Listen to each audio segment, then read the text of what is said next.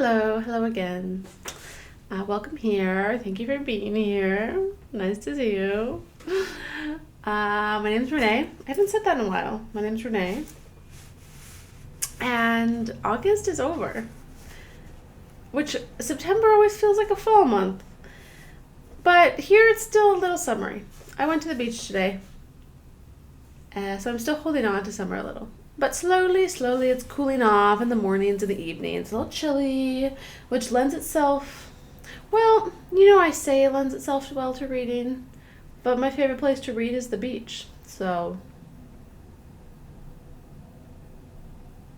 I don't know. I don't know what to say about that.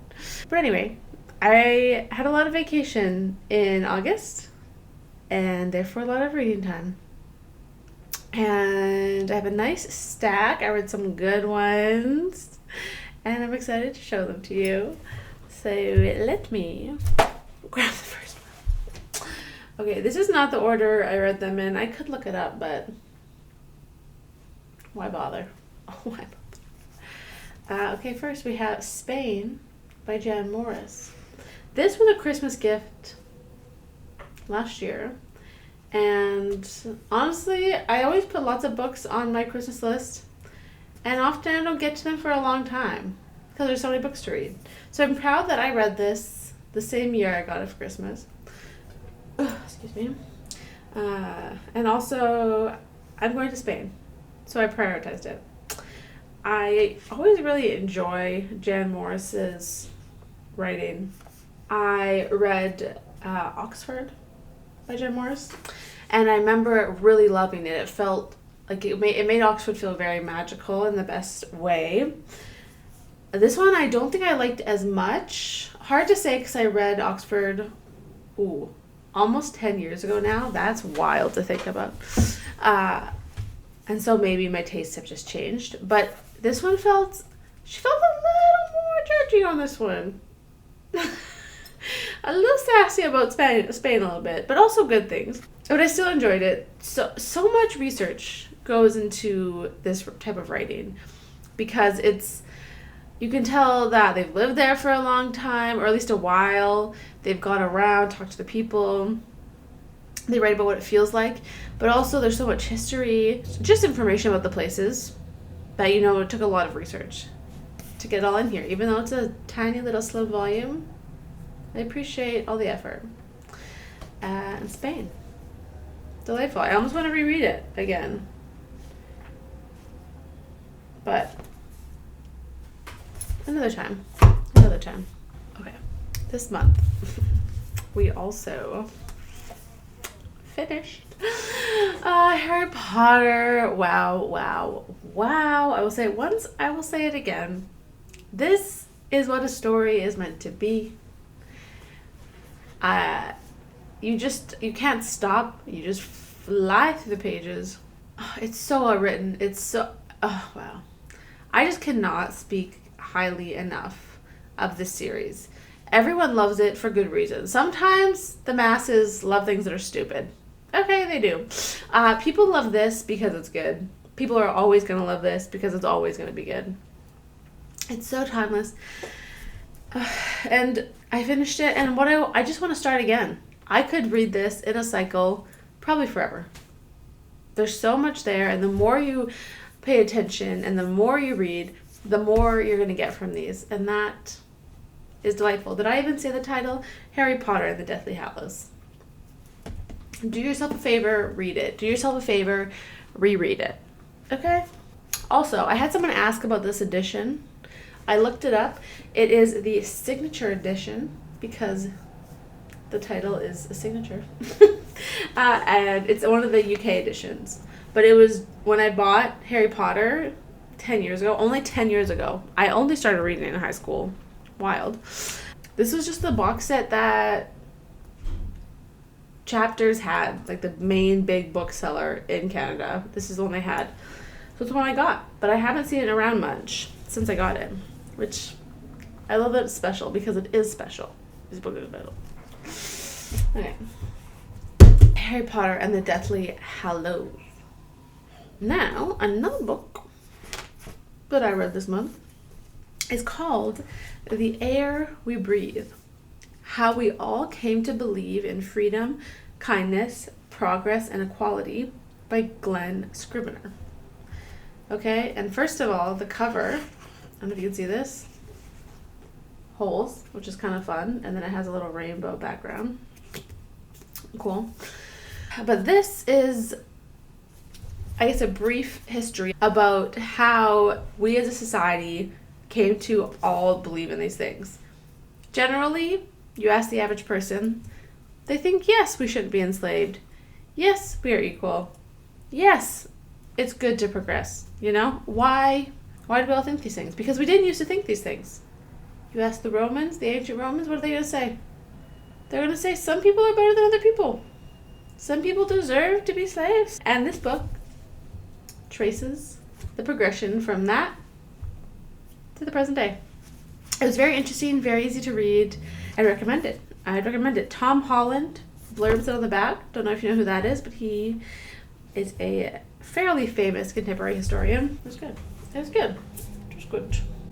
One of the books that I read that I don't have with me, because it was a book at my parents' house that I read while I was there, and I've been thinking about it for a while because I knew I wanted to reread it, and I didn't have a copy. Plus, they have a beautiful edition, so it's just really nice to read that edition. But it is called At the Back of the North Wind by George MacDonald, and it was a good month of good stories. This is a fairy story, a fantasy story, and it's incredible. It's one of those stories that after you read it, it makes you look on the rest of the world. Like, it makes you see magic in the real world, you know? It's kind of about death, but not in like a grim way, in a really beautiful way. And it is one of those stories that I'm going to reread every few years, probably for the rest of my life.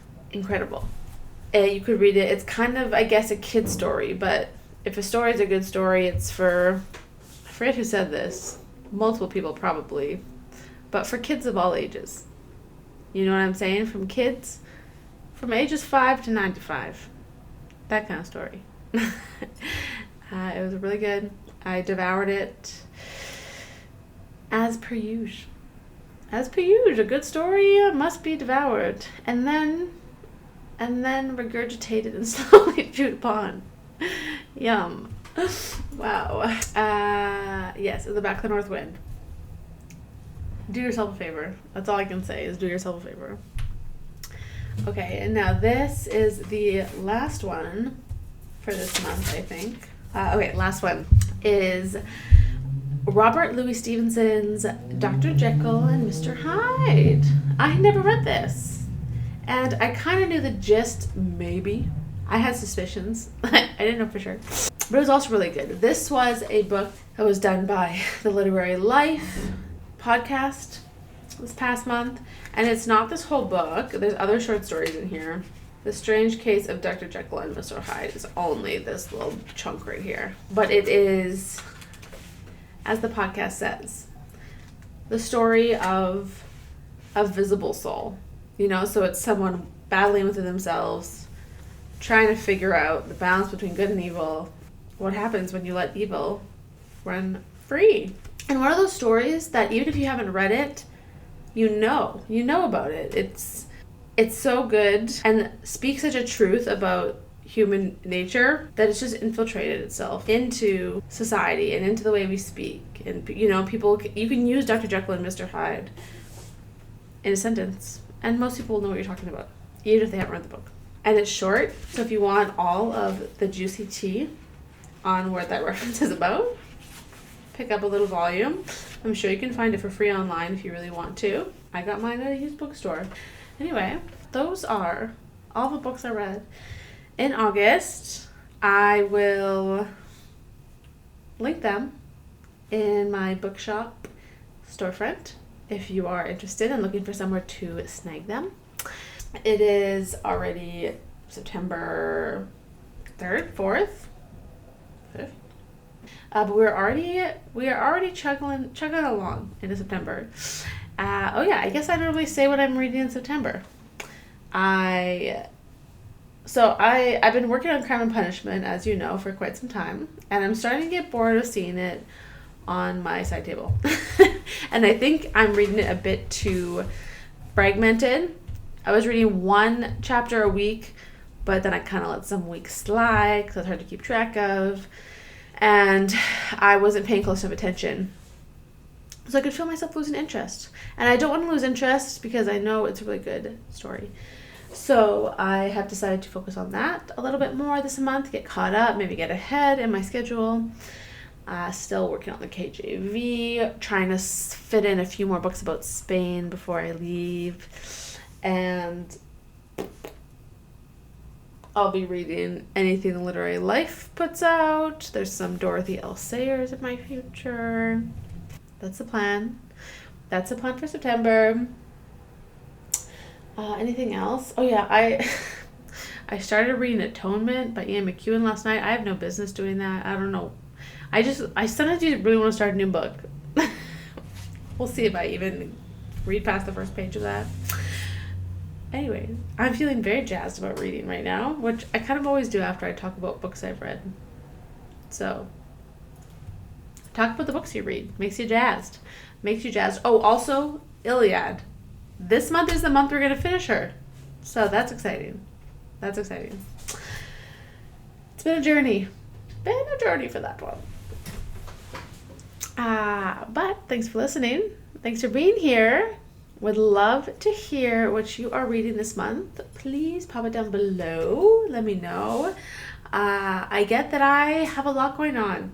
The average person just reads one book at a time, and let that be you. That can be you. You don't need to be a freak like me. Okay. But I would love to hear what you're reading. Okay? Whether it's good or bad. Maybe you don't know yet. Let me know. And I hope you have a lovely day. I hope you get to go to the beach again before it snows. If it snows where you live. I'm going to go edit this and put her up so you can see it. Goodbye.